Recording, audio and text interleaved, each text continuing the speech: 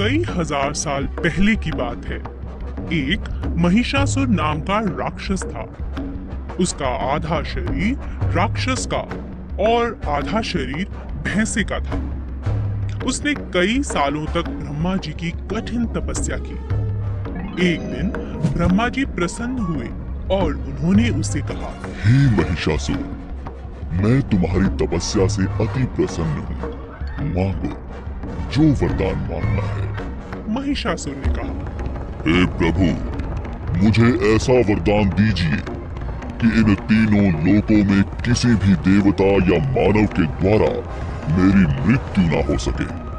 ब्रह्मा जी ने हंसकर कहा, ऐसा ही होगा। महिषासुर बहुत घमंडी और अत्याचारी था। उसने देवताओं पर आक्रमण किया। उन्हें युद्ध में हराकर उसने उनके क्षेत्र पर कब्जा कर लिया। सभी देवता महिषासुर के उत्पात से बहुत परेशान हो गए। वे सभी मिलकर ब्रह्मा जी, शंकर जी और विष्णु जी की शरण में गए। सभी देवताओं ने मिलकर एक सभा में इसका उपाय ढूंढने का प्रयास किया। श्री ब्रह्मा, विष्णु और महेश जी ने एक तेज प्रकाश पुंज से एक सुंदर देवी का निर्माण किया। इसी देवी को सारी दुनिया आदि शक्ति माँ दुर्गा के नाम से जानती है।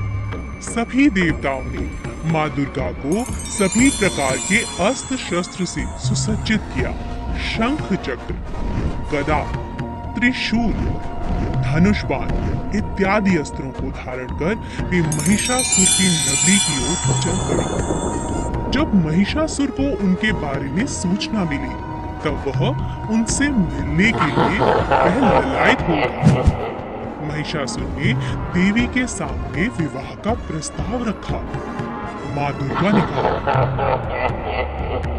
हे असुरराज, मुझसे युद्ध करो। यदि तुम ये युद्ध में मुझे जीत लिया तो मैं तुमसे अवश्य विवाह करूंगी। महिषासुर ने देवी से कहा, मैं युद्ध के लिए तैयार हूँ। महिषासुर और माँ दुर्गा के बीच युद्ध प्रारंभ हुआ। महिषासुर काम, क्रोध, मद, लोभ और मोह के अधीन हो चुका था। उसका विवेक नष्ट हो चुका था। दुर्गा माँ और महिषासुर के बीच 10 दिनों तक घमासान युद्ध हुआ। दोनों तरफ से शस्त्रों का प्रहार जारी था। माँ दुर्गा स्वयं आदि शक्ति का अवतार थी। उन्होंने महिषासुर के हर शस्त्र प्रहार को नाकाम कर दिया। अंत में 10वें दिन देवी माँ ने महिषासुर का वध कर दिया और देवताओं की रक्षा कर दी। सभी देवता अति प्रसन्न हुए और माँ दुर्गा पर पुष्प बरसाने लगे। उनकी जय जयकार करने लगे। तब से हिंदुओं ने नवरात्रि का त्योहार मनाना शुरू किया। हम नवरात्रि में जगत जननी माँ दुर्गा की पूजा करते हैं, उनकी आरती गाते हैं।